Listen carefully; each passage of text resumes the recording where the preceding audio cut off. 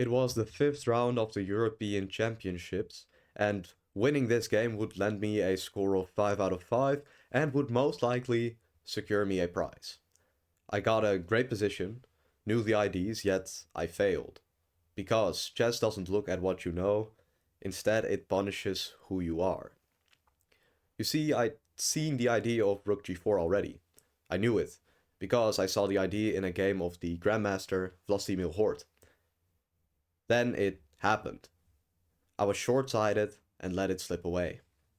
You see, I thought my opponent would be better after the move queen takes d5. But if I'd looked even one move further, I'd known that wasn't the case.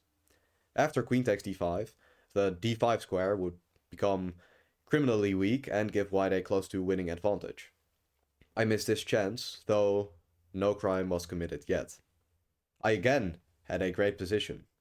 My opponent made some mistakes, and again, it happened. Short-sightedness.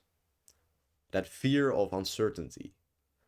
I blundered, now landing my opponent in an equal position, and the time pressure was increasing. I'd become much more nervous, as I saw I couldn't find an opening into his position. I couldn't find an opening, but the position was still fine.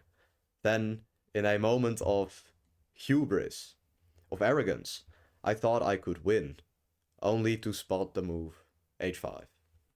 My heart stopped. I suddenly felt how hot it was in the room, and I then went on to lose the game. And therefore also my spot in the tournament. I've come to realize that before my next tournament in Stockholm, which is in 2 days, I will need clarity. Chess shows you who you are, and that's also why I love it. That's why I still play it after 12 years, and it's why I believe you should play chess too. Chess punishes who you are. If I had known that about myself back then, that I was thinking so much inside the box, if I had identified that, I could have made it. Chess is much more than a game. And when you take it seriously, it teaches you. When you are open to it, it will teach you the most valuable lessons. It forces you to look into yourself, it demands of you the hardest of work, and then more. When former world champion Bobby Fischer said, "Chess is life," I think this is what he meant. As a title player, you put so much of yourself into chess that when it fails, it feels like not only you failed on the board, you also failed in life. But chess forgives when you open up your mind to the possibilities. Later, after turning things into my favor, by beating a 2400 FIDE master, it was now the last round.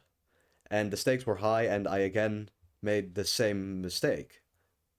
I was short-sighted. I had outplayed my opponent from the very start up until this moment. I thought I'd outplayed him, but in reality it was the beginning of me losing my spot on the podium. I remember walking back from the playing hall to my room. There was nothing but rage. When I got into my room, I threw a water bottle across the room, and then I quickly apologized to my roommate. Back then I hadn't realized that I wasn't able to identify in the moment when I was about to do something which I would regret.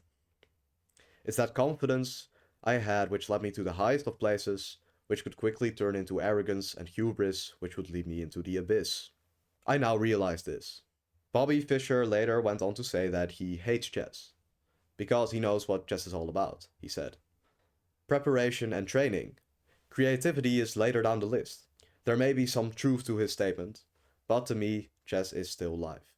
This week I've been quite lazy, not putting in the hours I should, but I've been reminded of my soul. And I hope this video reminded you of yours. Merry Christmas.